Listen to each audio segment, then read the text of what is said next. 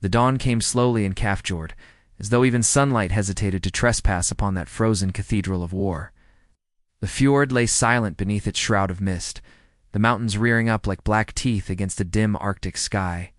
Between them, anchored under camouflage nets that sagged with frost, rested the Tirpitz, Hitler's pride. The northern monster, the unsinkable fortress of steel. Her decks were quiet now, slick with ice and last night's snow. Every vent exhaled a faint steam that turned instantly to crystal, rising from her hull like the breath of some hibernating beast. From the cliffs above, she looked less like a warship, and more like a landscape in Iron Island, moored to the world by cables of ice. Men in gray uniforms moved carefully across her armored deck, stamping their boots to keep warm, their breath forming ghosts in the morning air. Somewhere below, in the engine compartments, others worked through the night maintaining systems that had not been used in months. The turbines slept, but they were always ready to wake. Die Königin des Nordens, they called Hertha, Queen of the North. But among the crew, another name had begun to whisper through the mess halls and bunks: the coffin. They knew what the men on shore didn't tease, that the ship's might had become her prison. Since her sister, the Bismarck, had been hunted and sunk in the Atlantic, the Fuhrer forbade the Tirpitz to leave the shelter of Norway's fjords. She was to remain hidden, invincible, a threat by her mere existence. To the German people, she was untouchable. To the men who served aboard her, she was untouchably doomed. The Arctic wind moaned across the mountains, tugging at the camouflage nets that draped the battleship like burial cloth. Beneath them, the crew went through another morning ritual, cleaning, inspecting, waiting. The gulls circling overhead screamed into the stillness, as though they too felt the strange anticipation that always preceded disaster. In the wardroom, the ship's watch officer warmed his hands on a tin cup of ersatz coffee and glanced at the clock. 6:47. Outside, the sky was whitening. He thought of home of Hamburg's brick streets and the smell of rain. He thought of how the news would come, when it did, from this frozen nowhere. And for a moment, he wondered if history would even remember a ship that never fought a battle. Then the faint, unfamiliar hum reached his ears. At first, it sounded like the low groan of wind through the fjord. But then came another, higher, note metallic, rhythmic, layered. He stepped to the door, squinting into the pale sky. Over the mountains to the northwest, something was approaching. The sound grew louder, splitting the cold air into mechanical harmony. For engines, piston-driven, heavy, and steady. It was not German. Hundreds of miles away, over the black mirror of the Barents Sea, 19 Avro Lancaster Mk. 3 bombers lumbered through the high clouds. Their bellies were filled with something the Germans could not yet imagine: 1,000-pound tallboy bombs. Engineered by Barnes-Wallis to pierce the unpierceable. The pilots flew through turbulence that rattled their bones, the frost creeping up the inside of their canopies, the endless blue-white void stretching below. In one of those bombers, squadron leader Willie Tate sat in the pilot's seat, eyes fixed on the compass swinging before him. His voice crackled through the intercom, steady, despite the ache in his frozen hands. "Navigator, confirm course." "On heading, sir?" "Dot. Fjord? In 12 minutes. "Good. Let's finish the monster." Behind him, his crew moved with quiet efficiency. The bomb-aimer adjusted the gyroscopic sight, muttering calculations under his breath. The flight engineer tapped pressure gauges that quivered with altitude changes. Every man knew his role. Every man knew this mission was different. For months, the Royal Air Force had tried to destroy the Tirpitz. Many submarines had crippled her once. Dive bombers had torn at her camouflage. But she survived, repaired, waiting like a curse that refused to die. Churchill himself had called her a floating menace, a shadow that forced Britain to guard every northern convoy, as if the devil himself might rise from the fjord to devour them. Now the plan was simple. 29 bombers, each carrying a single tallboy, would descend through the Arctic haze and drop their loads from 14,000 feet. One hit, just one, could lift the ship from the water. But the fjord was narrow, the smoke defenses fast, and the German flak gunners alert. The window would be seconds. Inside Tate's Lancaster, the crew were silent. The only sound was the thrum of engines and the soft ticking of clocks. The Arctic sun rose low and cold, painting the cockpit in pale gold.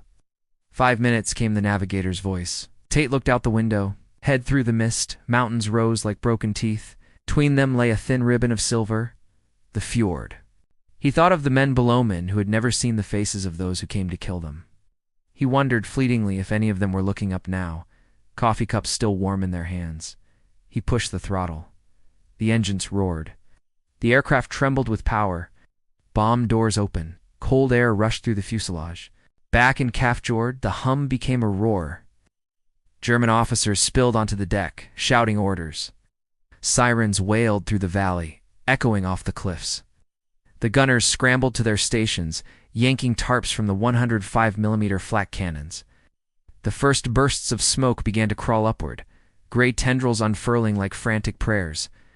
Through the haze, the camouflaged beast began to stir. Men ran along the decks, tugging at hoses, clearing snow from the anti-aircraft sights. From a distance, the Tirpitz looked alive, an armored dragon twisting in its lair, awakening to the distant thunder that would decide its fate. Above the clouds, the Lancasters broke formation, spreading into attack runs. The bomb aimers called out corrections, crosshairs trembling over the fjord below. In each cockpit, the same thought flickered. We only get one chance. And as the first tall boy fell a glimmer of silver vanishing into the clouds, the Arctic morning exploded into history. The story of the Tirpitz began long before the fjord and the flames. It began in shipyards of steel and Pride Germany's coast at Wilhelmshaven when the world still believed battleships were kings, and the sea could still be ruled by armor and guns. It was 1936. The clatter of rivets and the ring of hammers echoed through the dockyards like a hymn to ambition. Under the glare of floodlights, men in overalls swarmed across a skeleton of steel that stretched longer than a city block. Sparks cascaded like meteors as welders fused the ribs of a new empire's dream, which would be called Tirpitz. After Grand Admiral Alfred von Tirpitz, the man who had once built the Kaiser's navy to challenge the British, it was a name meant to resurrect power, to erase humiliation, to remind the world that the Reich was not done with the ocean. The Treaty of Versailles had tried to choke that dream in its cradle. Germany was forbidden to build ships of such scale. But Adolf Hitler was not a man who respected paper or promises. In his mind, the oceans were destiny, and destiny could be engineered. When British diplomats signed the Anglo-German Naval Agreement in 1935, allowing Germany a fleet equal to 35% of Britain's tonnage, Hitler smiled. He saw it not as a limit, but as permission. Within months, design teams were sketching the Bismarck Class II giants that would embody national rebirth in armor and steel. In the offices of Blohm and Voss and the Kriegsmarinenwerft, naval architects worked day and night, pushing pencils and paranoia in equal measure. The result was both elegant and terrifying: a 52,602 Leviathan, 823 feet long, armored like a fortress and armed like a god. 8 15-inch 38-centimeters guns and 4 twin turrets, 12 5.9-inch secondaries, dozens of anti-aircraft batteries. Her hull was double-bottomed, her compartments subdivided into 100 watertight cells. She could take a beating that would tear most ships apart. But the true secret of the Tirpitz wasn't her weapons, it was her philosophy. She was not built to chase glory, she was built to survive it. By 1939, her skeleton had become flesh. The cranes lifted her massive turrets into place like organs being installed in a body of steel. Her superstructure rose in terraces, crowned with radar masts and rangefinders that glinted under the North Sea sun. When she first touched water in April 1939, a crowd of thousands gathered. Banners fluttered. A brass band played. The champagne bottle struck her bow and burst into glittering foam. Cameras flashed. Hitler was not present. He rarely attended such events, but his will was there in every speech that day. The pride of the Reichsmarine declared an admiral from the podium, "Ship that will make the world tremble." The crowd cheered. The shipyard workers grinned through soot and sweat. They had no way of knowing that, in the age of the airplane and the submarine, they were witnessing the last coronation of a dying dynasty. Even among her designers, there were doubts. One engineer, years later, recalled his misgivings. "We built her for a world that no longer existed."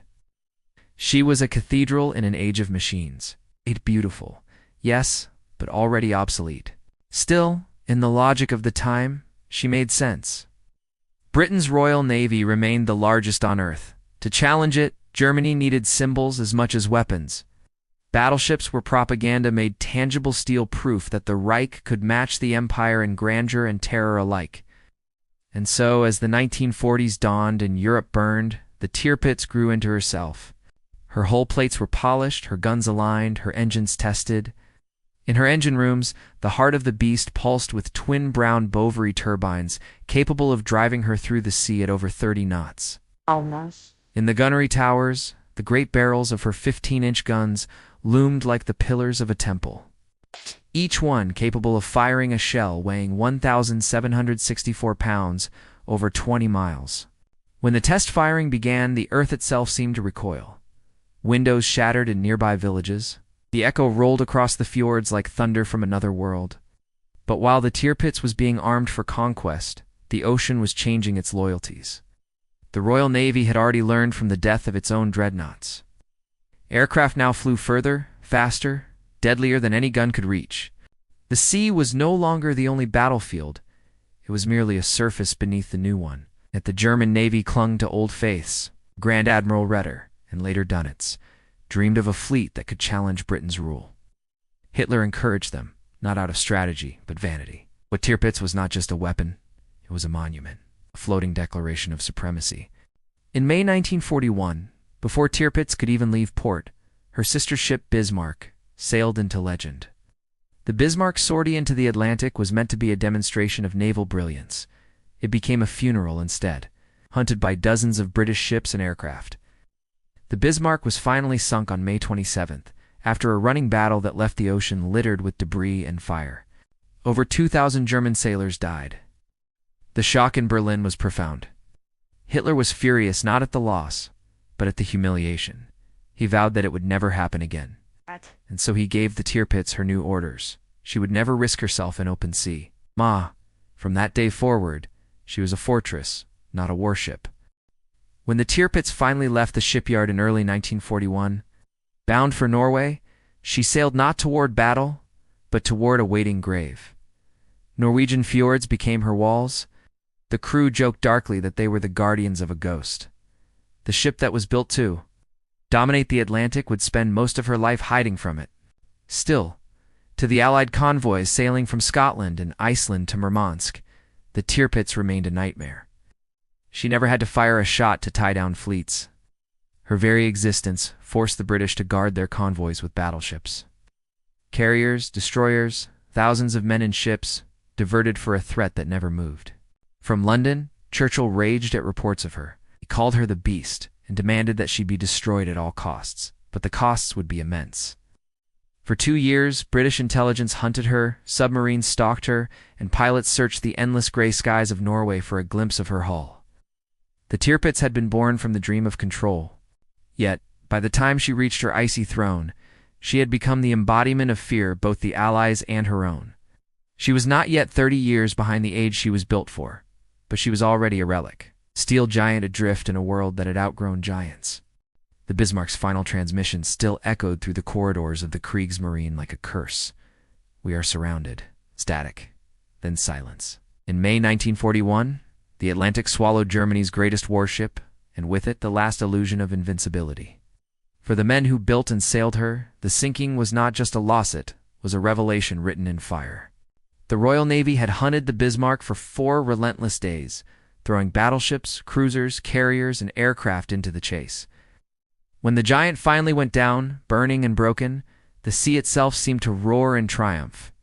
And somewhere, tied up in the Baltic, her sister ship listened. When news reached Wilhelmshaven, the workers at the Tirpitz's dockyard stopped what they were doing. No one spoke. Even the cranes went still. They all understood what it meant. The Bismarck had been the flagship of German Preda vessel meant to prove that the Reich could challenge the British Empire at its own game. Her destruction was not just a defeat. It was a warning. The Tirpitz's engineers received new orders within hours. Every detail of the Bismarck's failure was to be studied. Every vulnerability sealed. Her armor was thickened. Her compartments reinforced. New anti-aircraft batteries were added. The design that had once mirrored her sister began to evolve into something heavier, slower, more cautious. Above all, Hitler's directive was absolute. The Tirpitz must not fall. He had watched film reels of the Bismarck's final moments in silence, fists clenched behind his back. When the projector stopped, he turned to his admirals and spoke in the low, dangerous tone that froze rooms. "We will not give the English another victory like that. The Tirpitz is not to be risked, ever." What had been conceived as a weapon of conquest became, in a single sentence, a monument to fear. By the end of 1941, the Tirpitz was ready for war, but forbidden to fight it. Her engines were tested, her crew drilled endlessly, yet her moorings held her like shackles. She became the embodiment of a new German strategy, one not of attack, but of intimidation. Her mere existence was now a weapon, a fleet in being, as strategists called Eton idea, more powerful than its guns. If the Tirpitz could not hunt, she could still haunt, and haunt she did. To the Allied planners in London, the Tirpitz was a nightmare in silhouette, a phantom whose threat was measured not in shells fired, but in ships diverted. The Royal Navy could never ignore her. Every convoy to the Soviet Union now needed battleship escort. Every movement through the North Sea had to account for the possibility, no matter how remote, that the Tirpitz might one day break free of her Fjord and strike. The mathematics were brutal. One German ship, stationary in a Norwegian fjord, tied down an entire British battle group in constant readiness. Winston Churchill, ever sensitive to the symbolic, despised her. The beast of the North, he called her. She must be destroyed, no matter the cost. But the beast was well hidden. In January 1942, under a cloak of darkness and secrecy, the Tirpitz slipped from German waters and steamed north. Through snow and fog, escorted by destroyers, she crossed the Skagerrak and rounded into the Norwegian Sea. Her new home, the deep fjords near Trondheim. And later Fjord, steep, a natural fortress where radar couldn't reach and aircraft could barely maneuver. It was a voyage almost no one saw, and those who did couldn't believe it. Norwegian villagers, peering from windows in the dark, watched the colossal shadow glide past their shores, silent except for the low heartbeat of engines. Some crossed themselves, others simply stared. It was like watching a mountain move, one fisherman later said. She filled the sea. For the next 3 years, the Tirpitz would hide among those mountains. Her crew of over 2,000 men lived in a strange half-war state of endless readiness and endless waiting. They polished brass that would never gleam in sunlight. They drilled for battle they would never fight. They kept a weapon alive that had been forbidden to strike. Each morning began the same. A siren, inspection, maintenance, mess. Each night ended the same. Blackout, silence, and the groan of ice forming on the hull. Letters home spoke of monotony, not glory. Some of the younger sailors began to refer to her bitterly as Eisenschiff ohne Seele, the iron ship without a soul. There were, of course, moments of purpose. The ship's reconnaissance planes, small Arado float planes, were launched to patrol the northern seas. Occasionally, she shifted anchorages to evade detection. But for the most part, the Tirpitz remained motionless, entombed by geography and fear. From the air, British reconnaissance caught only glimpses of her between storms. A gray smear beneath nets, a ripple of wake against a cliff. But that was enough. The RAF filed her position, and planners began sketching operations with names that sounded like vengeance. Source, Paravane, Tungsten, Catechism. Back aboard the Tirpitz, the legend of the Bismarck loomed like a ghost. Her name was spoken with both reverence and dread. The men knew the story well: the blazing decks, the trapped crew, the water rising inside sealed compartments. Many of the Tirpitz's sailors had lost friends aboard her sister. They didn't need to be reminded what failure looked like. Sometimes, when the Arctic wind was still, the officers could hear ice crack along the ship's hull. It sounded, some said, like distant gunfire. Others said it was the Bismarck calling. The captain's cabin, the logbooks were immaculate days of routine. No activity. Written in neat ink, line after line of waiting. Yet the ship remained a living organism. Every valve polished. Every gun oiled. Every crewman drilled as if tomorrow might be the day. But tomorrow never came. The Tirpitz was the last monument to an empire of steel, chained to a generation that still believed armor could outlast change. She was the ghost of her sister, the echo of a strategy already buried at sea. And while she slept beneath the northern lights, the men who built her had already moved on to rockets, to jets, to the new gods of speed and sky. The Tirpitz would never know that world. Her kingdom was the cold, her throne a fjord, her crown the shadow of a ship that went down fighting. Winter hung heavy over the North Sea, the kind of winter that numbed skin and dulled hope. For 2 years, the Royal Navy had watched the Tirpitz like men watching a sleeping volcano, afraid to wake it, terrified it might erupt. Every convoy that sailed to Russia did so beneath her shadow. She never fired a shot, yet she was as deadly as a fleet. To Winston Churchill, that was intolerable. "The beast must be destroyed," he growled in one meeting. "She has the whole northern ocean under her spell. So long as she lives, no man can sail those waters in peace. The beast." The word stuck. It was half insult, half confession. In reality, the Tirpitz was doing exactly what Hitler wanted her to do exist. Her very presence tied up British warships that could have been fighting elsewhere. Convoys bound for Murmansk or Archangel, carrying food, tanks, and ammunition to the Soviets, had to be guarded by battleships and carriers, just in case the Tirpitz stirred. For every one of her guns asleep in a fjord, the Allies had 10 awake at sea. It was strategy by intimidation, and it worked. But the Royal Navy was losing patience. In early 1942, the Tirpitz finally moved. She slipped out of Trondheim under heavy escort, heading north to Altenfjord. The Germans called it Operation Sportpalast. Her mission? Intercept. Convoy PQ-12 bound for the Soviet Union. For a few tense hours, radar screens and radio reports suggested she had vanished into the Arctic gloom. British Admiralty rooms went silent. Admiral Sir John Tovey, aboard the battleship King George V, ordered the fleet north, expecting a replay of the Bismarck chase. But once again, the sea betrayed no sound. The Tirpitz never made contact. When the fog lifted, reconnaissance aircraft spotted her tucked deep in a fjord, again untouched, unsinkable, mocking. To the British public, she was a rumor. To British planners, an obsession. At RAF Coastal Command, officers stared at grainy photos pinned to corkboards. Under magnifying glasses, the Tirpitz was a blur of lines and shadows nets stretched over the decks, smoke pots arranged like chess pieces. Every forage she might hide in was marked with red grease pencil circles. Every approach was labeled suicidal. "It's like trying to bomb a tank in a tunnel," one pilot muttered. Still, Churchill's orders were clear. Find a way. The Royal Navy tried first. In March 1942, aircraft from the carrier Victorious struck at the fjord, their albacore torpedo bombers flying low through sleet and flak. It was an act of sheer bravery and futility.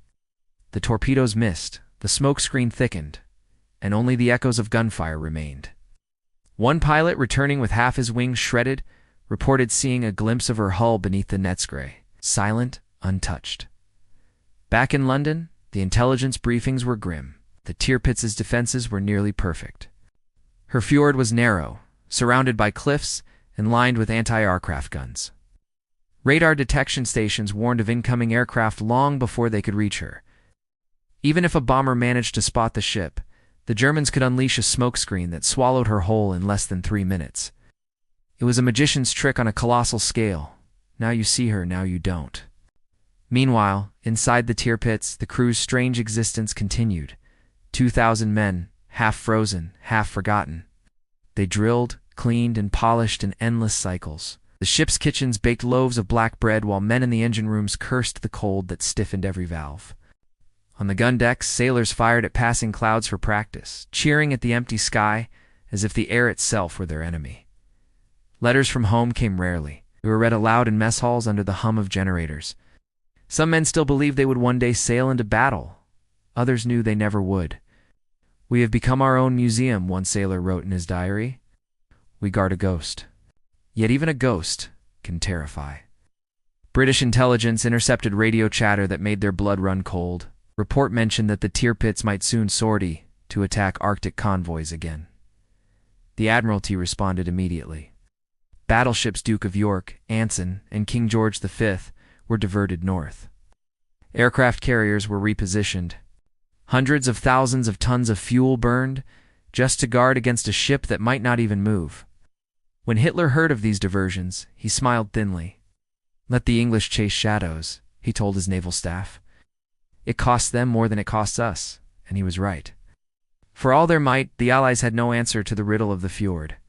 Until one night, in a quiet office outside London, a small group of engineers began sketching something radical on a blackboard, a weapon that could go where ships could not. It was called the X-Craft, miniature submarine, barely the size of a railway car, designed to sneak into enemy harbors, crawl beneath a target, plant explosive charges directly under its keel. The idea sounded insane. But desperate times demand desperate inventions, and Britain was desperate. The crews who volunteered for the mission were told bluntly that they might not come back. "You'll be navigating through underwater minefields in a metal tube," one officer warned. "If anything goes wrong, you won't have time to fix it." They volunteered anyway. By the summer of 1943, preparations were complete. The target, the Tirpitz in her icy stronghold. Operation Source would send 6 X-Craft submarines across hundreds of miles of hostile water to strike at the heart of Hitler's unsinkable fortress. It was the beginning of the end, the first real attempt to reach the unreachable. But success would come at a price measured not in steel, but in men. Fjord was not merely a place on a map. It was a natural fortress carved by glaciers, a narrow throat of sea hugged by sheer granite walls that rose like cathedral buttresses on either side. Wind funneled through the fjord with bone-cutting precision. Clouds nested low and thick. Fog came without warning. For a ship the size of the Tirpitz, it was an amphitheater of concealment. Smoke generators could turn her into a shadow beneath a shroud in minutes. Anti-aircraft batteries perched on the cliffs could braid overlapping arcs of fire that made the air into a grid of metal. Geography was no neutral element. Here it was a weapon the Germans learned to use as carefully as any gun. From above, the fjord presented only a slit of water flanked by cliffs. From within, Tirpitz's silhouette was a low, armored island, nets thrown over her like industrial camouflage. On the cliffs, observation posts hunched in stony nooks, binoculars fixed to the horizon. Every inlet was charted. Every ledge had a primary and secondary gun. The perfect placement of defenses turned the fjord into a funnel. Anything that came in had one direction to go and little room to maneuver. For the Allies, a bombing run was not simply a matter of finding the ship, but of threading the needle between smoke, cliffs, and flak, while maintaining the precise speed and altitude needed for success. The German engineers understood this geography intimately. Engineers and sailors argued in hushed voices about the placement of smoke pots. How many? How fast they could be lit? What wind angle would make them effective? The answer was always the same. Faster, more, better. When the Tirpitz lay in Fjord, she benefited from layers of defense that numerical strength alone could not buy. Add to that her physical robustness, thick deck armor, double hulls, redundant pumps, and you had a ship that could take punishment and still float. In effect, nature and engineering had conspired to produce a living bunker. But engineering had its own mathematics, and the British were not without brains. In offices back in England, RAF and Admiralty analysts pored over aerial photographs from the Norwegian coast. They measured cliff heights, estimated wind patterns, timed the average clearing time of smoke curtains. Meteorologists mapped the fickle Arctic weather, plotting narrow windows when visibility would be clear and the smoke pots would fail to hide the ship. Engineers studied the Tirpitz's schematics. How thick was her deck? How far below the waterline did her ballast tank sit? They triangulated intelligence from resistance fighters who crept along ridgelines and sent back reports in thin, coded radio bursts. It was in those cold briefings that the British realized brute force would not win. You could not simply send up waves of bombers and hope. The fjord ate massed approaches. Torpedoes required open water and a straight run. A-bombing in a narrow inlet was suicide. Even carrier strikes had failed before. The flak was too dense, the approach predictable. What the Allies needed was precision, and precision required new thinking, a bomb that could punch through decks, a tactic that could outstrip geologic cunning. Barnes-Volus's work on seismic bombs ideas that had matured from his experiments with the bouncing bomb began to take center stage. Ow. The tall boy was a different breed of weapon, streamlined, heavy, engineered to reach terrifying terminal speeds and to impact with the force of kinetic inevitability. Ow. It was not simply about explosive yield. Volus's insight was that a bomb that penetrated deeply into Earth, or a ship, would create a seismic shock that would rupture structural ties, sinking by compromising foundations rather than merely ripping holes in tissue. The target might still float afterward, but it would be a different ship altogether, weakened, made vulnerable, and, crucially, immobile. But Tallboy had its own constraints. It had to be dropped from altitude far above anti-aircraft guns, and from a precise speed to stabilize on its descent. The bomber needed clear approach corridors to line up the heading and account for wind drift, and the navigator and bomb mimers required time seconds that a smokescreen could erase. Thus, the engineering solution imposed tactical demands that geography could deny. On the German side, countermeasures were not idle. Smoke generators rows of burning oil pots could screen the ship within a minute. Camouflage nets, coupled with low clouds and fjord shadows, could make detection from the air ambiguous. Anti-aircraft placements exploiting cliff edges produced lethal arcs of fire that funneled attacking aircraft into zones of concentrated flak. They even practiced the choreography of smoke. Scorched timbers were lit in sequence to produce layered curtains, living theater of concealment. So both sides moved to a match of crafts, the British refining a tool that required time and precision, the Germans perfecting a choreography of concealment and immediate suppression. Each development on one side provoked an adaptation on the other. Tactical cycles turned on the measurement of seconds. One of the less romantic but critical realities of fighting in an Arctic fjord was logistics. The RAF had to move Lancasters and crews through a supply chain that spanned the North Atlantic airfields in Scotland. Maintenance depots, modified bomb racks to carry the tall boy's monstrous weight. The Luftwaffe and Kriegsmarine had to feed a ship frozen into a fjord, coal and later fuel oil barges, spare parts trucked over mountain roads, repair crews rotating in under blackout conditions. Each side's engineering solution was therefore also an administrative battle timing fuel shipments, spare parts, meteorology reports, and radio silence. In late 1943, after repeated raids and failed attempts, both sides had reached a grudging respect for the other's ingenuity. For the British, the lesson was clear. You could not outmuscle the fjord. You had to outthink it. For the Germans, the math was equally sobering. As long as geography and engineering held together, the Tirpitz would remain a powerful deterrent. But if the British found a way to put a tall boy through the narrow throat of a fjord and into the ship, as Fido's F, they could land not just explosives, but a new kind of logic. The castle would begin to crumble. In December, reconnaissance picked up unusual activity. New smoke trials, altered flak patterns, and an increased tempo of repair crews provisioning stores. The fjord was awakening to something, and in distant planning rooms, men who dealt in probabilities smiled at figures that suggested a narrow, fragile window might be coming. The battle, they knew, would be decided in seconds, and those seconds would be bought by two forces that were as much about stone as about steel, engineering, and geography. The question was which one would win when the clock started. Commander Charles Lambert, the strike leader, walked the deck before briefing, touched the fabric of a wing cold and beaded with condensation, and looked eastward. The sky was turning from black to cobalt. Soon it would be blue. Somewhere beyond that horizon lay the most heavily defended square mile of Norway. He spoke to no one, but his crew watched him carefully, drawing steadiness from his calm. Below decks, pilots gathered in the ready room. A map of Fjord covered the bulkhead, dotted with flak positions and escape headings. Lambert pointed with his pencil. You'll make landfall here Altifor, then turn north. Smoke generators are positioned along the western slope. You'll have one pass. Don't circle back. Remember your intervals, 10 seconds between each section. Any questions? None. Everyone already knew there was no real question left to ask. The loudspeaker crackled. Air crews, 2 stations, engines coughed, then roared. Propeller arcs blurred in the dawn. One by one, the aircraft lifted from the deck, their landing lights fading into gray distance. On radar screens in German coastal stations, faint blips appeared, then vanished into the clutter of sea returns. The Luftwaffe scrambled alerts, but the northern skies were wide and response times slow. The British force flew beneath the radar net, hugging wavetops, then rose as cliffs began to appear ahead. At 0830 hours, the fjord opened before them, beautiful, terrible, the color of frozen iron. "Target in sight?" Lambert called.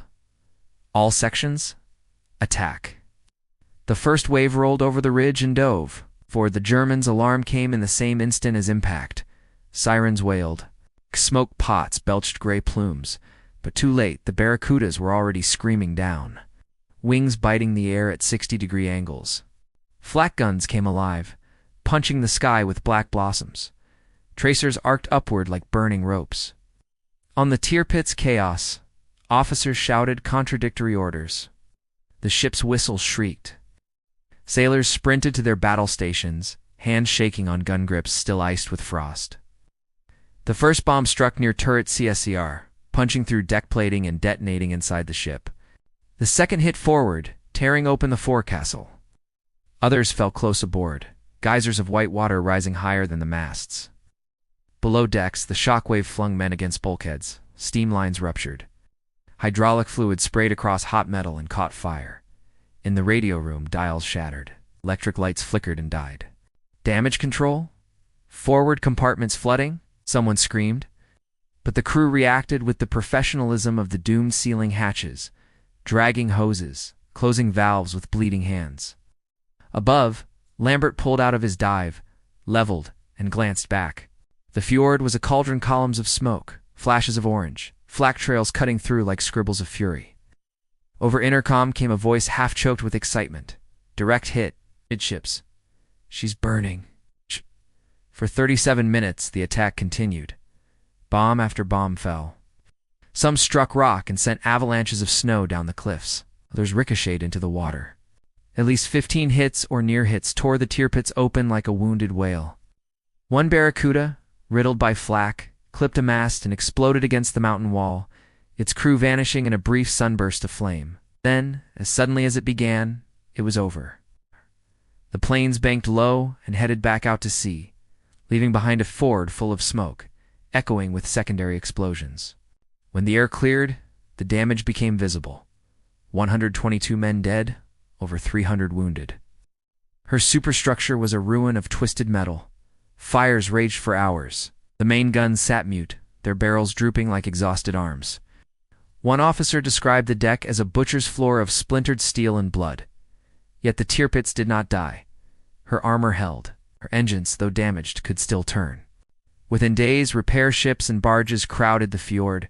German propaganda announced she had suffered minor damage. Though the truth was darker, she could no longer steam faster than 10 knots. The pride of the Reich was crippled, chained forever to her northern lair. In London, the first reconnaissance photos arrived. Long plumes of smoke, gaping holes in the deck. Churchill studied them, expression unreadable. "So she still floats," he murmured, then tapped the paper with his finger. "Then we'll just have to go back and finish the job. The men who flew Operation Tungsten returned to their carriers with frost-burned faces and silence in their eyes. They had risked everything for minutes over a fjord and survived. In the wardroom that evening, over thin coffee and ration biscuits, someone asked Lambert what he thought. He stared at nothing for a moment. "She's hurt," he said quietly. "Next time we'll kill her." Operation Tungsten had cracked the Tirpitz's armor, but had not closed the book. In the weeks after the raid, the fjords seethed with repaired traffic barges, floating docks, crews elbow-deep in wreckage, patching boilers and welding seams in the teeth of Arctic weather. Where the British saw a crippled monster, the Germans saw a salvage problem. Where London smelled victory, Berlin smelled humiliation and ordered her back into fighting trim. The Tirpitz would not die easily. She would be mended, moved, hidden, and hunted again. Repair schedules read like stubborn prayers. Repair crews worked in shifts around the clock, wrapped in oilskins and frost, hauling replacement plates and rivets up gangways that dripped like stalactites. Naval engineers bent over drawings by kerosene lamps, calculating stresses that had turned metal into Swiss cheese. Convoys of service vessels threaded the fjords at night, escorted by torpedo boats and minesweepers, their black hulls slick with spray. For the German Navy, It was an all-hands mobilization to save not just a ship, but a simple and expensive, immovable symbol that had to be preserved at any cost. And the Allies kept coming. The Admiralty and the RAF refined their intelligence. Photographic reconnaissance increased in cadence. Catalinas and Spitfires loitered at the edges of storm clouds, waiting for a slit of clear air. The Norwegian resistance, hungry, brave, and invisible, moved among the cliffs and sent back reports stitched together by code. Weather stations run by local coast watchers transmitted meteorological gossip that meant the difference between a pinpoint drop and a wasted sortie. Each scrap of data was cherished like a soldier's last cigarette. Operation Mascot followed Tungsten in July 1944. It was a carrier strike in which the Fleet Air Arm once again tried to force the Fjord's lid. Pilots flew with gritted teeth through flat clouds and smoke screens. The attack took off in a wash of determination and returned with scant gains. Near misses and splintered deck plates were the reward. Some pilots swore they had seen the ship list, only to watch her right herself. The Tirpitz was becoming a myth tempered in iron. Next came Operation Goodwood and Augustin, even larger. More complex effort involving multiple carrier groups and hundreds of aircraft. The idea was attrition. The hope was to wear down defensive coordination until a window opened. The strikes pummeled the fjords from dawn to dusk for days, hurling ordnance into smoke and rock.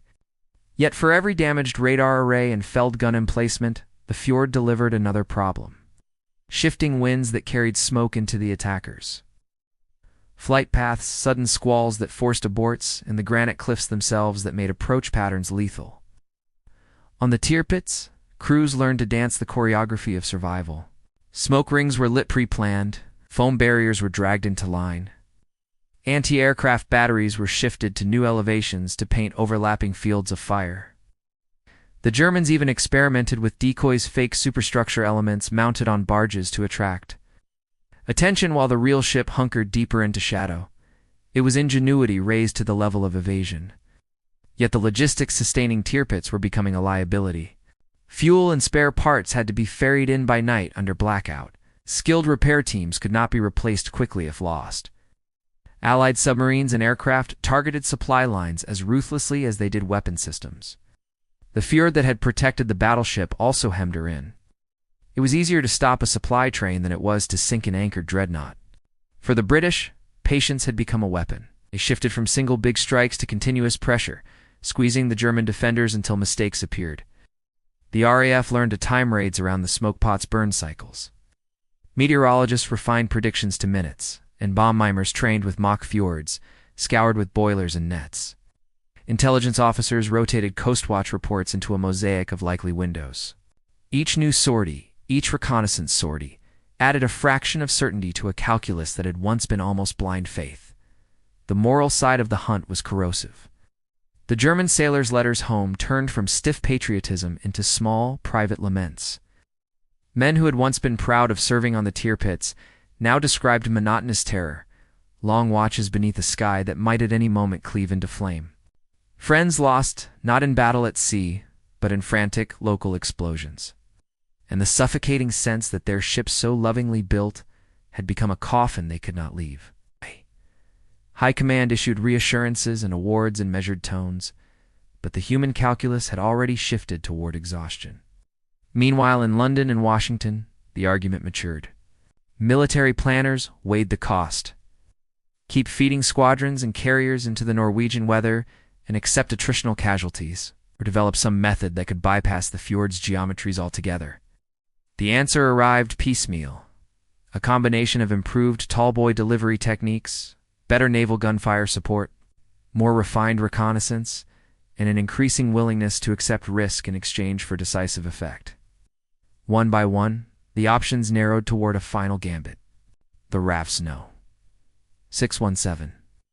Squadron already stained with the fame of the dam busters, trained for night precision under the calculus of Wallace S-bombs. Their pilots practiced dives and ballistics in England's cold training ranges. Bomb mimers rehearsed an approach that would have to be exact to the last degree. Navigators learned to read forward shadows like tide tables. The Royal Navy planned to support with destroyer screens and to have rescue units on standby, desperate to minimize the human toll.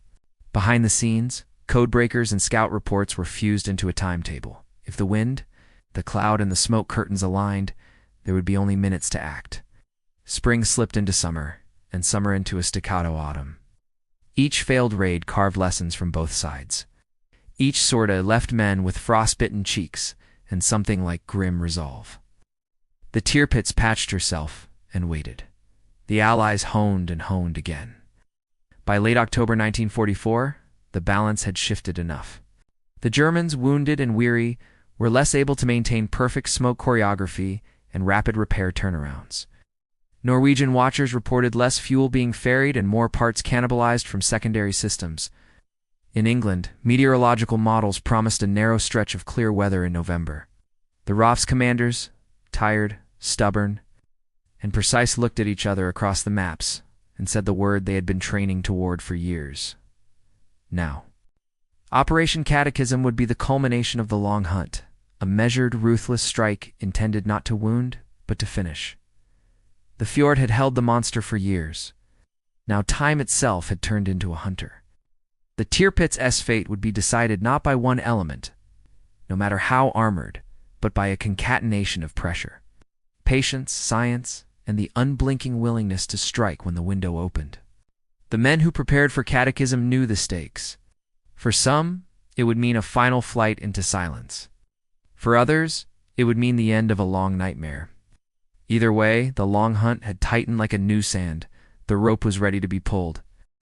War breeds inventions like storm breeds lightning, sudden, brutal, and inevitable. By late 1943, after years of futile pounding and patient watching, British thinking had shifted from sheer force to applied physics. If the Fjord could hide a monster, then the monster could be unmade by a weapon whose power was measured not in explosive tonnage alone, but in speed, mass, and the way energy translated through rock and steel. That weapon was the Tallboy, a slender, 12,000-pound projectile whose genius lay in the poetry of motion. Barnes Wallis had not designed the Tallboy on a whim. He had come to the problem with equations and models and a stubborn insistence that destruction could be made predictable. Where earlier bombs relied on blast and fragmentation, Wallis looked at impulse and penetration. An object dropped from altitude could reach velocities that gave it the brute arithmetic to carry a shockwave through earth and steel and do more than tear wood, unbalance, and destabilize. The Tallboy was a kinetic doctrine wrapped in aerodynamics, a cylindrical ogive, precisely weighted with tail fins trimmed to stabilize spin and attitude. Its warhead was no mere mass of TNT. The casing and filling were engineered to survive the plunge and deliver destructive energy deep, where structure is most vulnerable. The Tallboy imposed its own rules on strategy. It demanded altitude and steadiness, drops from 1 to 1,000 feet at specific approach speeds, so its nose would not yaw and its path would be mathematically true. It required precise ballistics tables, wind corrections, and bomb armors who were less gamblers than mathematicians. The job could not be rushed. The bomber had to sit in a lane of sky like a surgical instrument, unaffected by panic or flak. In practice, that meant training, and training in the British winter is a kind of endurance where patience is forged into habit. Converting the idea into hardware was another story. The Lancaster and Halifax airframes had to be modified to carry the Tallboy's mass. Their bomb bays were widened, their doors strengthened, and their bomb racks reinforced to hold a weight that would have once been unthinkable for a single small aircraft. Fuel loads, center of gravity release mechanisms, everything changed. Engineers labored in hangars that smelled of oil and metal to ensure that the world's heaviest one-piece bomb would not tear a bomber apart when dropped. Pilots rehearsed approaches over mock fjords carved from chalk and concrete, while bombardiers practiced the micro-adjustments that turned a hopeful trajectory into a fatal one.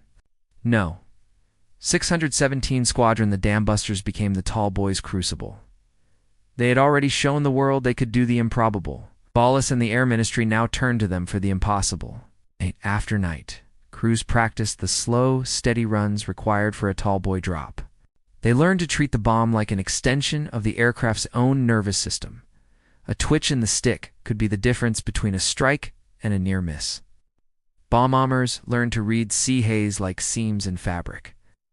Navigators learned to steer by tiny differences in cliff shadows. Training was meticulous to the point of obsession. There were limits and compromises. Tallboy deliveries were vulnerable to anti-aircraft fire because the aircraft could not afford evasive maneuvers during the critical run-in. Flak could shred a bomber before it reached drop range.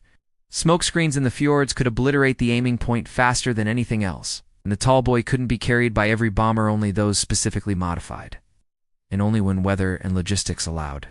In short, Tallboy was a scalpel, not a battering ram. It demanded conditions and offered finality. Still, its mathematics could not be argued with. Tests on concrete bunkers and reinforced earthworks showed that a Tallboy SD penetration shock could buckle structural members and rupture foundations in ways simple blast could not. If a ship sat on a set of supports or, in the case of a battleship, relied on its keel and internal bracing, the Tallboy could, in theory, make those supports fail. At the right spot, and the deck would crumble like a broken spine. The ship might not blow apart outward in the glorious arcs of a surface detonation, but it would sink, list, and die in a way that no smokescreen could entirely hide.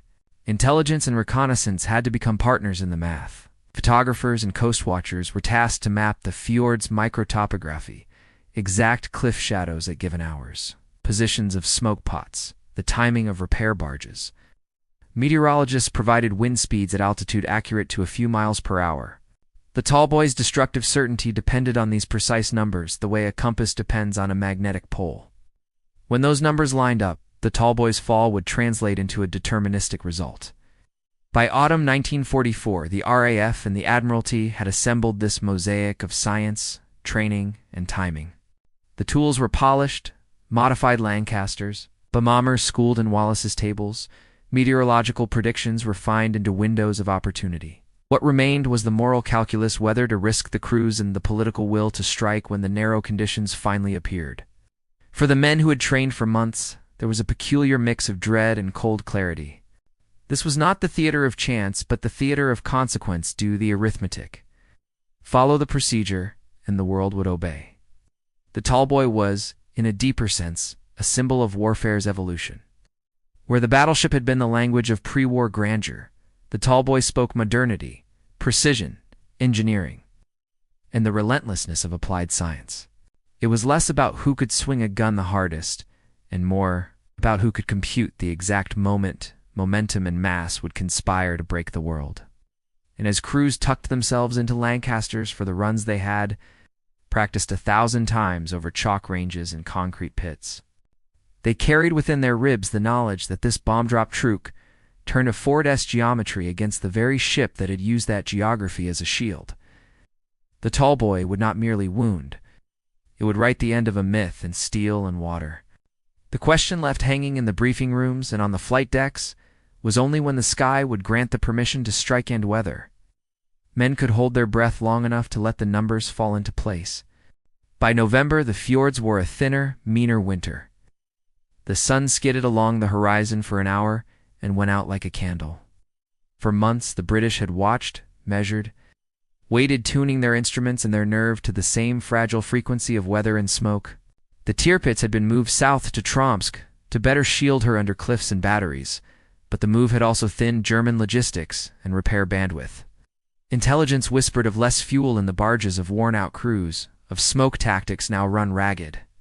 The mosaic that British planners had pieced together, meteorology, Coast Watch reports, aerial photography, glinted at last with a single narrow window of opportunity. Operation Catechism would not be a raid of improvisation.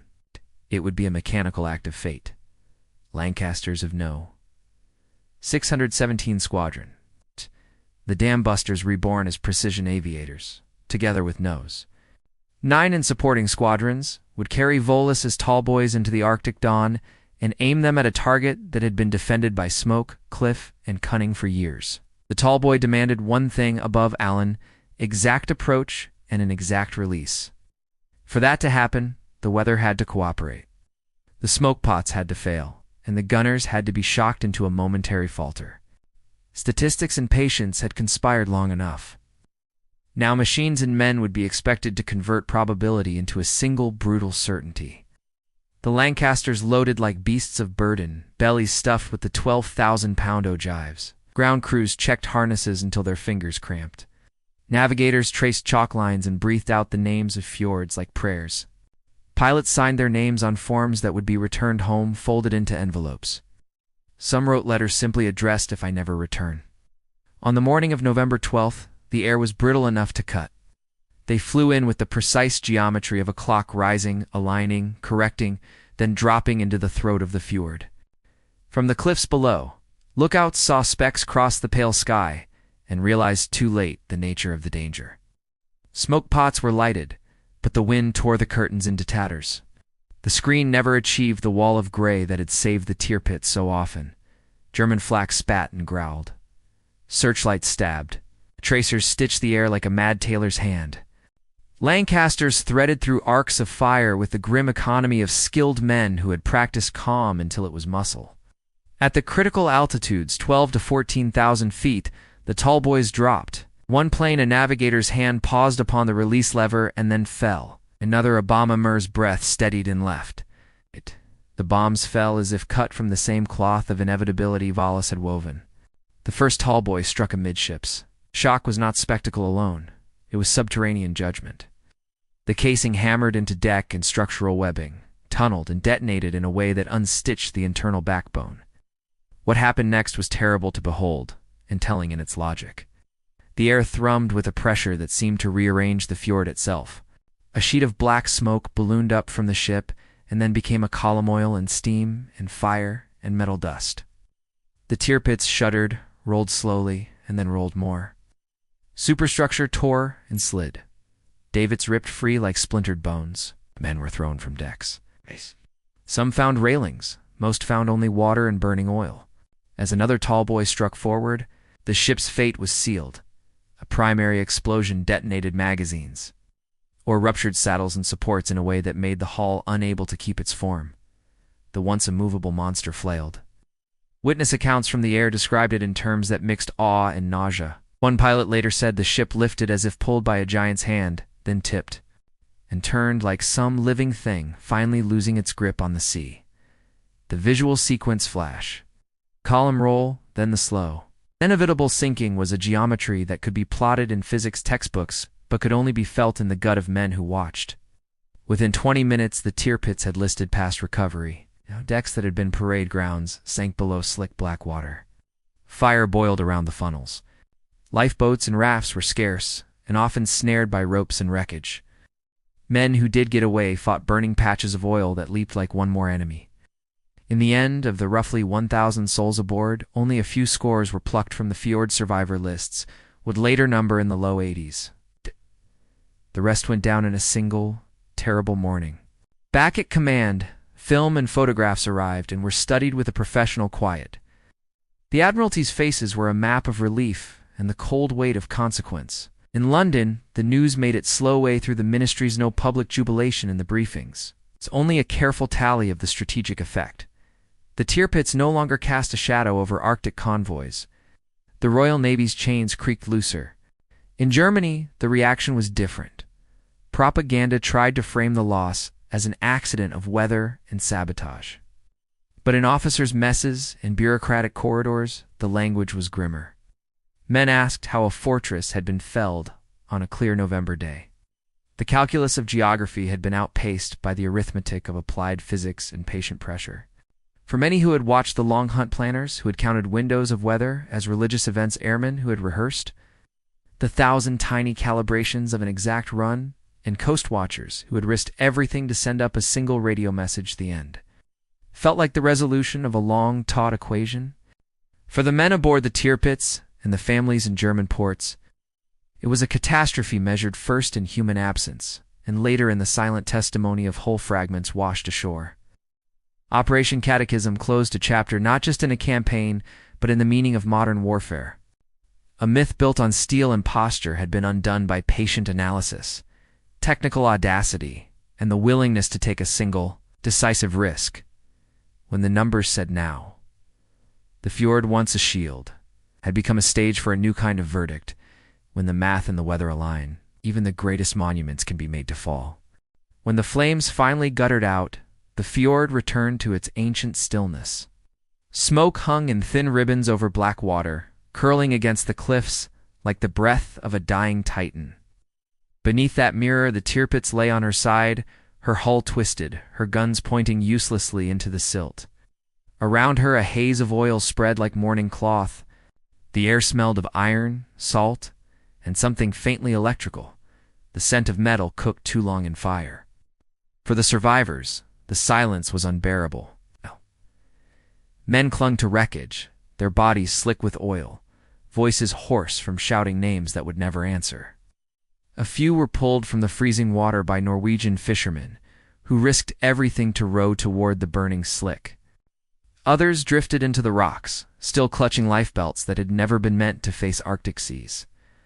By mid-morning, rescue operations had slowed to a crawl. The rest was just counting names against lists, compartments against hope. Inside Germany, the news hit like a closed fist. The Kriegsmarine had lost its last great battleship, and with it, the illusion that the Reich still ruled the northern seas. Official communiques spoke of catastrophic damage following air attack, but avoided the word sunk. Only days later did foreign radio confirm what Berlin could no longer deny. The Tirpitz was gone, her keel buried in the cold silt of Tromsk fort. In the officers' clubs of Kiel and Wilhelmshaven, the silence was heavier than grief, it was exhaustion. First the Bismarck, then the Scharnhorst, now her, one commander muttered. The sea takes back everything. For the Allies there was relief, but no triumphalism. The pilots who returned to Scotland stood quietly on the tarmac as the ground crews swarmed around their aircraft, checking for flak holes and fluid leaks. A few men smoked in silence, hands trembling not from fear, but from the release of it. Squadron leader Leonard Cheshire, who had overseen so many precision strikes, summed it up in his logbook. The war is made of such victories. They feel like losses that have simply gone elsewhere.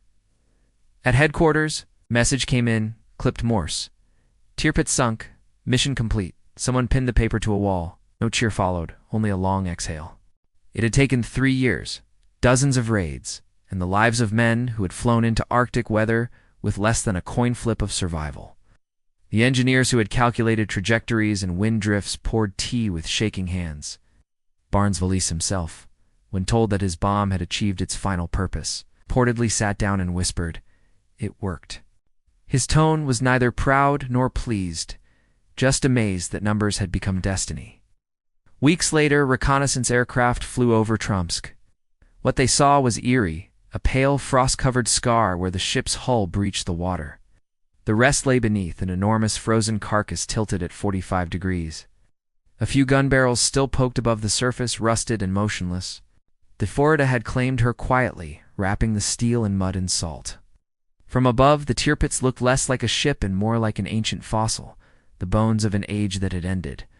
The Norwegians watched from the cliffs. For years they had lived under the shadow of that monster, hearing her engines rumble across the valleys during drills, watching German convoys move under her protection. Now, the rumble was gone. Fishermen began to call the wreck the sleeping whale. When Allied officers visited weeks later, a local farmer said simply, "The fjord is breathing again." At the Admiralty, analysis replaced emotion. Reports were drawn up with the dispassionate language of accountants. Tonnage expended, sortie rates, kill confirmation, fuel burned. But even those cold numbers hinted at the magnitude of what had been achieved.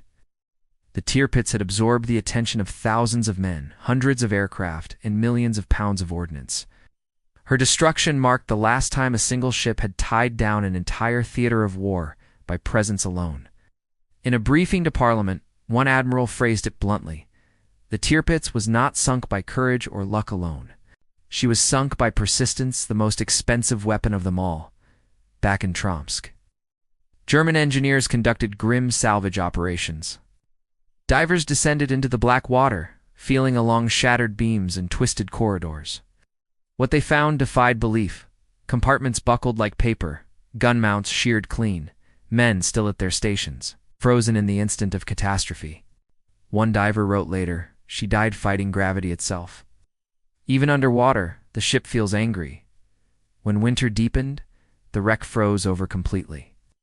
Ice filled the fjord, sealing the grave beneath a solid mirror. The German occupation authorities posted guards for a time, fearing sabotage or looting, but soon even they stopped coming. There was nothing left to guard, just the hulking shadow under the ice, watched by mountains that had seen too much. After the war, the wreck was stripped slowly for scrap. Norwegians, impoverished and rebuilding, saw in its twisted plates a resource. Steel from the Tirpitz found its way into factories, bridges, and fishing boats, a quiet transformation from symbol of terror to tool of ordinary life. When divers resurfaced decades later, they found bits of porcelain still marked with the Reich's eagle, letters blurred but intact. Time had made the wreck smaller, less a monument than a memory. Today, if you stand at Tromsk and look across the water at sunrise, you can still see faint ripples when the wind changes where her hull lies half buried in the silt. The locals say that on quiet days, when the light is right, you can see the ghost of her outline through the water, like a bruise beneath the skin of the fjord. The Tirpitz never fought the battle she was built for. She fought silence, time, and inevitability and lost. But her story remains the mirror of a century that believed steel could conquer nature, and found that nature, armed with patience and physics, would always have the final word. Above her grave, the air is still. The fjord breathes in fog and exhales calm. Thunder is ended. All that remains is the echo of what men once thought invincible, and the quiet proof that nothing built to terrify can outlast the persistence of those who refuse to stop coming. When the Tirpitz rolled onto her side and slipped beneath the fjord, Skuto with her more than 50,000 tons of German steel, she took an entire era with her. For centuries, naval power had been measured in armor thickness, gun caliber, and displacement tonnage. Battleships were empires made visible, the pride of every industrial nation. They were the floating cathedrals of the early 20th century, the stage on which nations performed power. But the thunder that ended over Tromsk was not just the death rattle of a ship. It was the final note of a symphony, written in steel, a farewell to the age of the battleship. The lessons of the Tirpitz were brutal and simple. A vessel once considered unsinkable had been destroyed without ever meeting its enemy in open water. Not by another ship, not even by a fleet, but by a handful of aircraft, precision, and mathematics. The implication struck every admiral in the world like a revelation written in fire. Air power had become the new currency of war. The Tirpitz, with her impenetrable armor and monstrous guns, had been designed to fight in a world that no longer existed. She belonged to an age when distance and armor mattered more than data and altitude. But now, altitude had won. The bomb aimer, crouched behind his scope 12,000 feet above the clouds, wielded more destructive power than a ship's entire broadside. What had once required entire fleets could now be done by a single squadron in a well-timed break in the weather. Historians would later call it the revenge of the airmen. In the 1930s, the battleship had symbolized permanence, empire, and industrial faith. When she moved, nations saluted. But after 1944, even admirals began to look upward. Aircraft carriers, those floating airfields once dismissed as fragile, now dictated strategy. A ship like the Tirpitz could cost a nation years of labor and millions of tons of steel. A bomber could undo all of it in 90 seconds. Even the German high command, who had once seen their battleships as floating propaganda, began to shift their rhetoric towards submarines, jets, and rockets, machines that promised speed, not endurance, impact, not permanence. The Tirpitz's demise had shown that the war's future would be decided by those who could master the skies, not the seas. Yet for all its irony, there was also a kind of poetry in her fall. The Tirpitz represented the last proud attempt to defy the changing tides of history through sheer mast-to-anchor human ambition in steel. She was built in an age that still believed the world could be conquered by structure alone.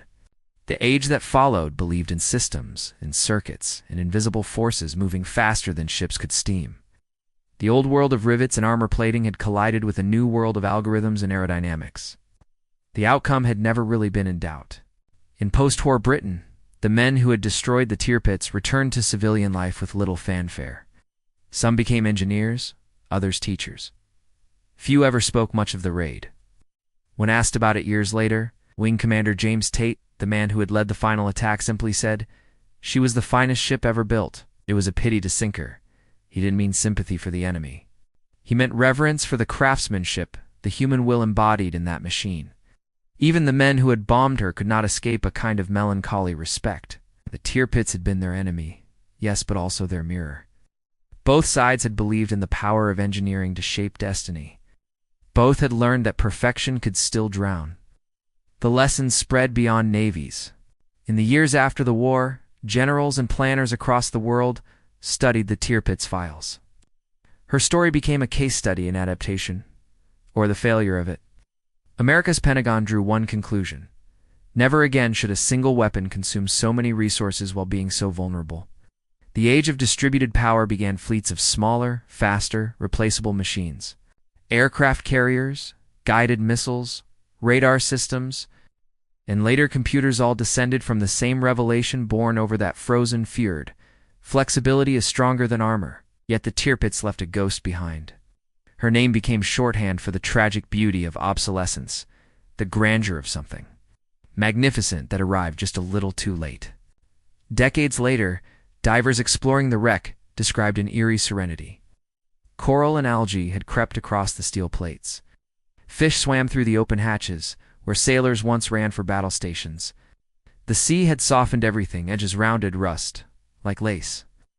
One diver surfaced and told a journalist, "She doesn't look defeated, just resting." It was an illusion, of course, but a telling one. For all that human ingenuity can build, the sea and time remain undefeated. In the museums of Europe, fragments of the Tirpitz are displayed behind glass. A length of twisted propeller shaft, section of armor plate punctured by a tall boy's impact, a brass compass clouded with age. Visitors stop and stare, reading placards that describe displacement, speed. Crew complement statistics from a vanished grammar of war. If you notice the smaller words engraved below one exhibit, the last of the giants. The future belonged to the wind. That, perhaps, is the Tirpitz's true legacy. Not the terror she inspired, or the havoc she threatened, but the warning she became. That no fortress, however mighty, can outlast the sky. That strength without adaptation is only a slower kind of sinking. And in the end, when the fjord closes over you, all that remains is silence and the echo of thunder fading into the wind. The fjord is quiet now. Where once steel and fire met the sky, there is only the whisper of wind across the water. The mountains still stand the same gray sentinels that watched 1,000 storms, but their echoes have changed. They no longer carry the growl of engines or the crash of artillery. Only the slow sigh of history remains. Beneath that still surface, the Tirpitz sleeps. Her bones rest in the silt, wrapped in shadows and seagrass, her great guns silenced by mud.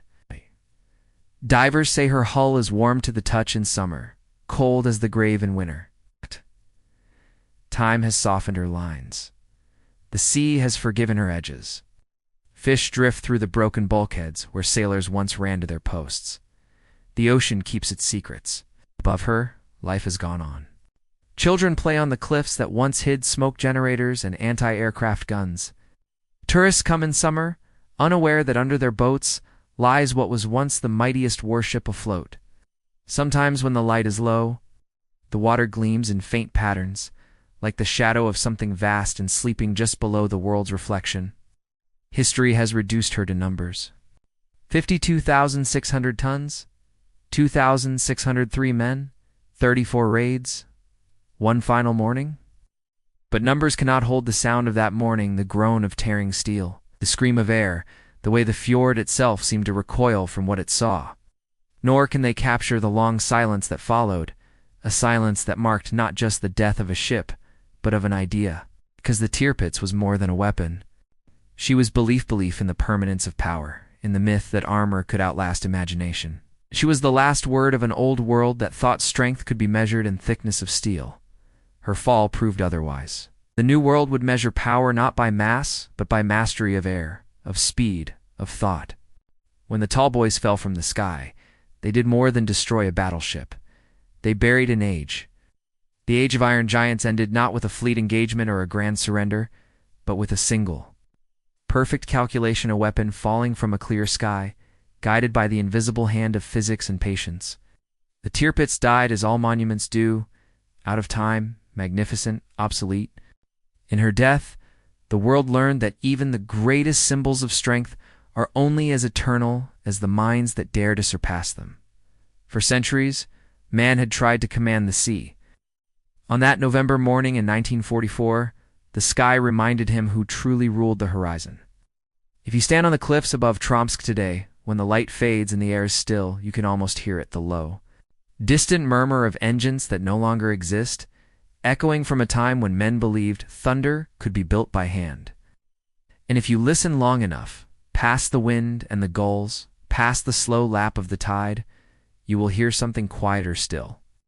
Not the roar of battle, not the cry of victory, just the sea, whispering over the wreck of a fallen empire and the last breath of a dying age. The thunder has ended, but the echo remains. If this story moved you, share it. Because history isn't just dates and steels, the sound of humanity learning again and again that no power lasts forever. Subscribe for more forgotten World War II stories brought back to life, where silence, courage, and consequence still speak louder than war itself.